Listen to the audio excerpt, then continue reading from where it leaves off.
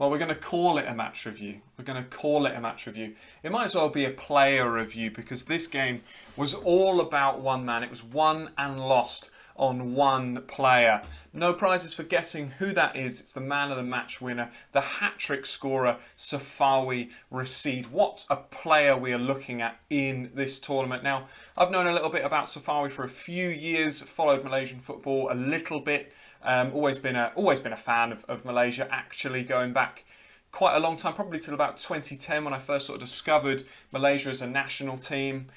Ups and downs across that time, but now I think we're looking at a team under Tan Teng Ho who can start to make that next step. The average age of the side is slightly older. I heard the commentary team speaking about that in the game today.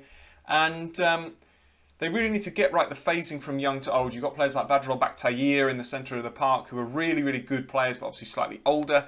And then you've got some of the younger heads coming in as well. And I mean, doing a really good job, like Lukman and players like that, you know, coming through.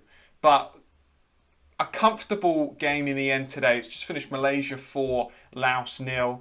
I actually predicted before the game, I promise you I did predict this before the game, I predicted 4-1. I thought that Malaysia would score 4, and I thought that Laos would get one. I thought that Billy Ketko, for example, might pop up with a goal. And actually, Laos started the game really, really well. The intensity was high. They pressed up the pitch. Malaysia looked a little bit unsure. I think they were expecting Laos to sit back and play like they did against Vietnam and be far more reserved and get Malaysia to break them down. Whereas actually, Malaysia would have probably just had more luck in this game if they'd have just popped the ball over the top a little bit more to players like Safawi.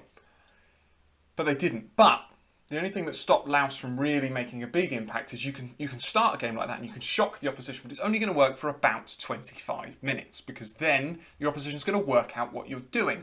And if you don't score in that time, if you don't take the lead, what's it all for? So Laos pressed, they had a few half chances. They were certainly the side on top. They had more attempts, but they didn't score. And then if they'd have scored, they'd have, I'm sure, changed the game plan, gone more defensive, tried to sit back and hold out on that 1-0 and tried to hit on the counter. They didn't, and Malaysia eventually got to the opening goal. Great pace down the left wing. A poor mistake from Laos defensively, and a good finish to finish it all off from Safawi. And then it was a quick fire 2 not long after, directly from the corner. This was just an error, wasn't it? It's a good header back across. Well, I say back across goal. It was on target from Safawi. I have no doubt he was going for goal, but the defender should just clear that off the line. Manages to nutmeg himself. Safawi will of course claim it, and it was going in, so it is his goal.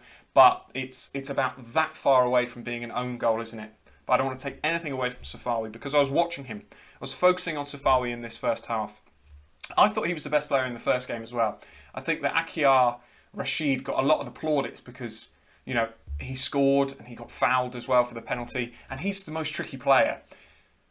But Safawi is so professional. Every time Safawi Rashid gets the ball, he keeps it. It's very, very rare that you see this man lose possession. Go back and watch the first half. Every time he gets the ball, if he can't do trickery and beat a few players, he just keeps it. A few other players, dawdling, not sure what to do. The Laos press came in and they won the ball. Never with Safawi. Safawi did not lose possession barely any times in this whole game. And then he starts to show his class in terms of finishing. First 2 goals, right place, right time, but you have to be there. That's that striker instinct. But he was so professional. This guy's 24 years of age. I think, and I know that the Malaysian league, big league, I know he's played for Johor. I know he's trying to come across to Europe as well and play in the Liga NOS in Portugal. This guy's 24. I don't think this guy's that far off but getting a big move to a big European league. I really don't.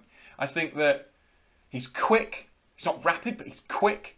He's skillful, he's got a good finish, and he's also, mentality is strong, good leadership. You know, other players could have passed. He was on a hat-trick, by the way. Other players could have passed to him. Other players could have given the chance. He wasn't greedy himself. You see a lot of players, they're on 2 goals, they get the ball, they just want to run and score, especially a player of his ability. But he didn't do that today. He just focused and he took his time. He'd scored 2 in the first half. I think his final goal came in about 77 minutes. Because he knew it was going to come. Professionalism personified.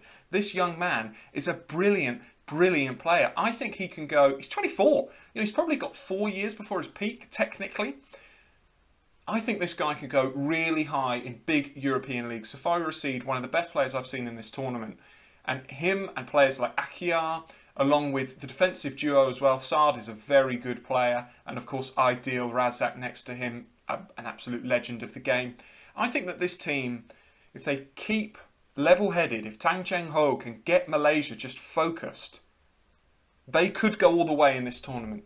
Big ask, because there's some other good sides. I've been very impressed with Singapore. We're going to see Indonesia later today. Do join me for the watch-along for that. Or if you're watching this after, go back and watch the watch-alongs that I've done across the last few days, which I've thoroughly enjoyed. I've thoroughly enjoyed this whole tournament. But today is all about one man. No matter what happens in the game this afternoon, we have to just talk about this performance from this young man, SAFAWI RASID. You are a brilliant, brilliant footballer, my friend. Keep plugging away. You will get a big, big European move if you keep performing like you do here. A word on Laos, unlucky. They'll need to go again. They'll need to keep pressing.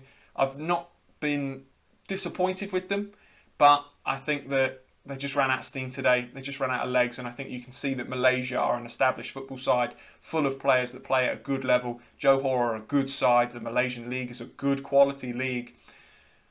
And they've had a few players, of course, from abroad as well. I'll be excited to see what Dion Kools brings to Malaysia when he arrives from Denmark as well. But this is a side, for me, that could go all the way, this Malaysia side. And if SAFAWI RASID keeps playing as he is, the sky is the limit for this young man. This has been a very, very Malaysia-heavy match review. In fact, we've not even really spoken about the match. We've just spoken about one man and his 3 goals in a brilliant performance. Saad scored the other. But it's short and it's sweet and it's SAFAWI. And that's all I have to say today. If you're from Malaysia, drop a comment below. Just how good is this guy? If you're from Laos, where do you go from here? What is the next result that you're hoping for? I will be back talking about this beautiful tournament in about an hour from now, from when recording, to do the watch along, and I'm very excited about the other game today, Indonesia, Cambodia. We will see how this group is going to shape up. From me, that is all. I'll see you next time.